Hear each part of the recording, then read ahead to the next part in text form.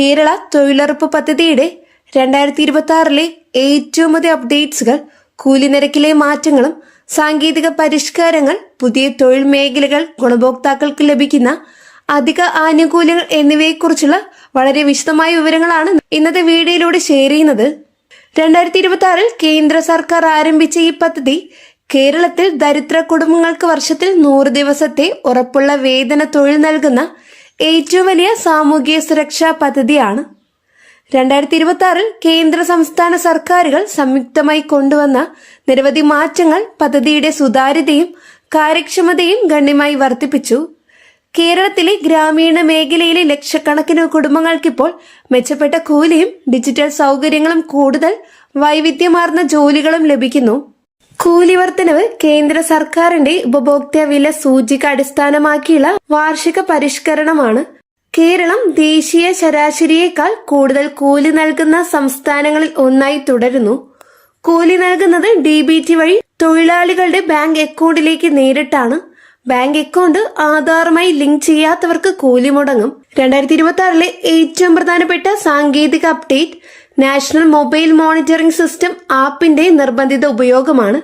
2025 May മുതൽ പരീക്ഷണാടിസ്ഥാനത്തിൽ തുടങ്ങിയ സംവിധാനം 2026 ജനുവരി മുതൽ കേരളത്തിലെ എല്ലാ തൊഴിലുറപ്പ് പണി സ്ഥലങ്ങളിലും നിർബന്ധമാക്കി. തൊഴിലാളികൾ ജോലി തുടങ്ങുന്ന സമയത്തും അവസാനിപ്പിക്കുന്ന സമയത്തും ഗ്രൂപ്പ് ഫോട്ടോ ആപ്പ് വഴി അപ്ലോഡ് ചെയ്യണം. ആപ്പ് സ്വയം ജിയോ ടാഗിങ്ങും സമയവും രേഖപ്പെടുത്തും. ഇതിലൂടെ വ്യാജ ഹാജരും ബോഗസ് തൊഴിലാളി എന്നിവ പൂർണ്ണമായും ഇല്ലാതായി. മെറ്റീരിയൽ വാങ്ങുന്നതിനും ജിയോ ടാഗ് ചെയ്ത ഫോട്ടോകൾ നിർബന്ധമാക്കി. പണിയുടെ ഗുണനിലവാരം ഉറപ്പാക്കാൻ ഓരോ ഘട്ടത്തിലും ഫോട്ടോ അപ്ലോഡ് ചെയ്യണം. 2026 മുതൽ കേരളത്തിൽ 98% പണിസ്ഥലങ്ങളിലും NMMS നടപ്പിലാക്കി. ബാക്കിയുള്ളവ പൂർത്തിയാക്കാനുള്ള നടപടി തദ്ദേശ സ്വയംഭരണ വകുപ്പ് സ്വീകരിച്ചിട്ടുണ്ട്. 2026 കേരള തൊഴിലുറപ്പിന്റെ തൊഴിൽ മേഖലകളിൽ വലിയ വൈവിധ്യം കൊണ്ടുവന്നു. മുമ്പ് പ്രധാനമായും റോഡ്, കനാൽ, മണ്ണ് സംരക്ഷണം എന്നിവയായിരുന്ന പണികൾക്ക് പുറമെ പുതിയ 10 മേഖലകൾ കൂടി കൂട്ടിച്ചേർത്തു. ഒന്നാമതായി പ്രകൃതി കൃഷിയും ജൈവ കൃഷിയും. തൊഴിലുറപ്പ് ജോലികൾക്ക് കൃഷിയിടങ്ങളിൽ ജൈവവളം തയ്യാറാക്കൽ, കമ്പോസ്റ്റ് നിർമ്മാണം, ജൈവ കീടനാശിനി നിർമ്മാണം എന്നിവയ്ക്ക് വേതനം നൽകുന്നു. രണ്ടാമതായി ആട്, കോഴി, മത്സ്യം, പശു എന്നിവയുടെ കൂടുകൾ നിർമ്മിക്കൽ. മൂന്നാമതായി വീട്ടുമുറ്റത്തെ പച്ചക്കറി കൃഷി പ്രോത്സാഹിപ്പിക്കൽ. നാലാമതായി തണ്ണീർത്തട സംരക്ഷണം, കുളം പുനരുദ്ധാരണം. അഞ്ചാമതായി തീരദേശ സംരക്ഷണത്തിന് കടൽ ഭിത്തി, കര സംരക്ഷണ മരങ്ങൾ നട്ടുപിടിപ്പിക്കൽ. ആറാമതായി സോളാർ പാനൽ സ്ഥാപിക്കൽ, ഊർജ സംരക്ഷണ പ്രവർത്തനങ്ങൾ. ഏഴാമതായി പൊതുസ്ഥലങ്ങളിൽ പ്ലാസ്റ്റിക് ശേഖരണം, മാലിന്യ സംസ്കരണം. എട്ടാമതായി അംഗനവാടികൾ, സ്കൂളുകൾ, ആശുപത്രികൾ എന്നിവയുടെ അറ്റകുറ്റപ്പണികൾ. ഒൻപതാമതായി വയോജന പരിചരണ കേന്ദ്രങ്ങൾ, വികലാംഗ സൗഹൃദ സൗകര്യങ്ങൾ നിർമ്മിക്കൽ. പത്താമതായി വനവൽക്കരണം, തൈനടൽ. ഈ പുതിയ പണികളിലൂടെ തൊഴിലാളികൾക്ക് വർഷം മുഴുവൻ ജോലി ലഭിക്കുന്ന വിധത്തിൽ കലണ്ടർ ക്രമീകരിച്ചു. വ്യക്തിഗത ആനുകൂല്യ പദ്ധതികളിൽ 2026 വലിയ മാറ്റം വന്നു. SC/ST കുടുംബാംഗങ്ങൾക്ക് വീട്ടുമുറ്റത്ത് കിണർ നിർമ്മിക്കൽ, കുളിമുറി നിർമ്മിക്കൽ, പശുക്കൂട് നിർമ്മിക്കൽ എന്നിവയ്ക്ക് 90% വരെ സബ്സിഡി നൽകുന്നു. പൊതുഭാഗത്തിലെ ദരിദ്ര കുടുംബങ്ങൾക്ക് 60% സബ്സിഡി. 2026 കേരളത്തിൽ 45,000 പുതിയ കിണറുകൾ തൊഴിലുറപ്പ് വഴി നിർമ്മിക്കാൻ ലക്ഷ്യമിട്ടിട്ടുണ്ട്.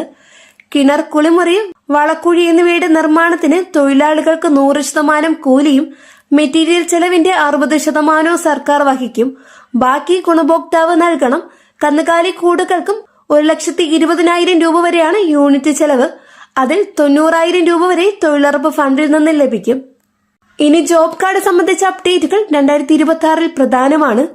പുതിയ ജോബ് കാർഡിന് അപേക്ഷിക്കാൻ ഗ്രാമപഞ്ചായത്ത് ഓഫീസിൽ വയസ്സ് 18 തികഞ്ഞ ഏതൊരു ഗ്രാമീണ കുടുംബത്തിലെ മുതിർന്ന അംഗത്തിനും അപേക്ഷിക്കാം.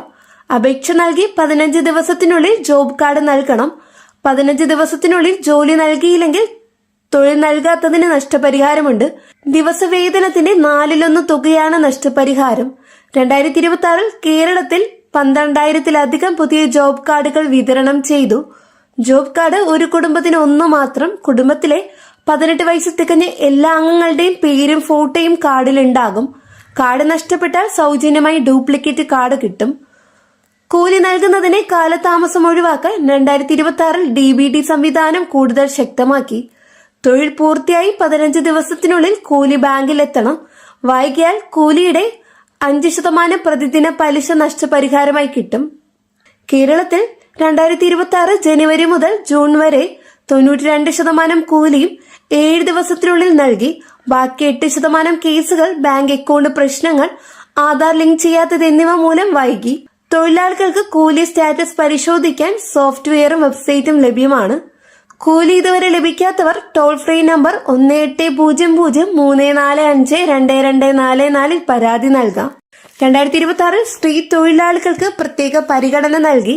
തൊഴിലുറപ്പിൽ 65%-ലധികം തൊഴിലാളികൾ സ്ത്രീകളാണ്. സ്ത്രീകൾക്ക് ജോലി സ്ഥലത്ത് കുടിവെള്ളം, നിഴൽ എന്നിവ നിർബന്ധമാക്കി. സ്ത്രീകൾക്ക് മേസ്ത്രി ജോലിക്ക് മുൻഗണന നൽകും. സ്ത്രീ സ്വയം സഹായ സംഘടനകളുടെ കൂട്ടായ്മകൾക്ക് കൂട്ടായ കൃഷി, കന്നുകാലി വളർത്തൽ എന്നിവയ്ക്ക് പ്രത്യേക ഫണ്ട് അനുവദിക്കും. 2026 3000-ലധികം വനിതാ സ്വയം സഹായ സംഘങ്ങൾ തൊഴിലുറപ്പ് വഴി ജൈവ കൃഷിയിൽ ഏർപ്പെടും. വികലാംഗർക്കും മുതിർന്ന പൗരന്മാർക്കും 2026 ഇളവുകൾ നൽകി. 60 വയസ്സിന് മുകളിലുള്ളവർക്ക് ഭാരം കുറഞ്ഞ ജോലികൾ നൽകും.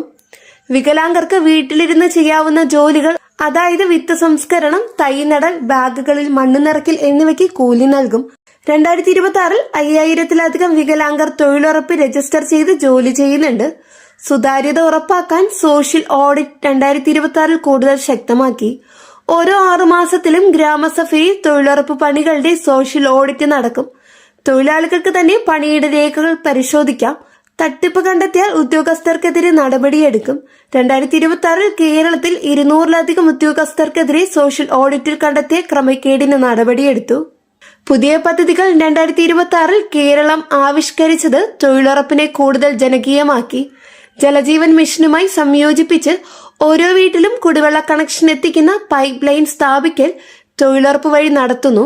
ഹരിത കേരള മിഷനുമായി ചേർന്ന് നദി പുനരുജ്ജീവനം, തണ്ണീർത്തട സംരക്ഷണം എന്നിവ നടത്തുന്നു.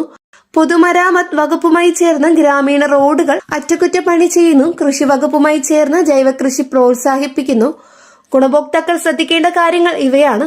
ഒന്നാമതായി, ജോബ് കാർഡ് എടുത്ത് ബാങ്ക് അക്കൗണ്ട് ആധാറുമായി ലിങ്ക് ചെയ്യണം. രണ്ടാമതായി, ജോലി ആവശ്യപ്പെട്ട് എഴുതി നൽകണം. വാക്കാൽ ആവശ്യപ്പെട്ടാൽ മതിയാകില്ല. മൂന്നാമതായി, 15 ദിവസത്തിനുള്ളിൽ ജോലി നൽകിയില്ലെങ്കിൽ നഷ്ടപരിഹാരം ചോദിക്കണം. നാലാമതായി, NMMS ആപ്പിൽ ഫോട്ടോ എടുക്കുന്നതിൽ സഹകരിക്കണം. അഞ്ചാമതായി, കൂലി ബാങ്കിൽ കൃത്യമായി കിട്ടുന്നുണ്ടോ എന്ന് പരിശോധിക്കണം. ആറാമതായി, തട്ടിപ്പ് കണ്ടെത്തിയാൽ ഗ്രാമസഭയിലോ ടോൾ ഫ്രീ നമ്പറിലോ പരാതി നൽകണം. 2026 കേരള തൊഴിലുറപ്പ് പദ്ധതി വെറും കൂലി നൽകുന്ന പദ്ധതിയിൽ നിന്ന് ഗ്രാമവികസനത്തിന്റെ പ്രധാന ഉപകരണമായി മാറി. കൂലി വർദ്ധിപ്പിച്ചു. NMMS വഴി സുതാര്യത കൊണ്ടുവന്നു. ജൈവകൃഷി, ജലസംരക്ഷണം, ഊർജ സംരക്ഷണം എന്നീ പുതിയ മേഖലകൾ തൊഴിൽ സൃഷ്ടിച്ചു. സ്ത്രീകൾക്ക്, വികലാംഗർക്ക്, മുതിർന്ന പൗരന്മാർക്ക് പ്രത്യേക പരിഗണന നൽകി.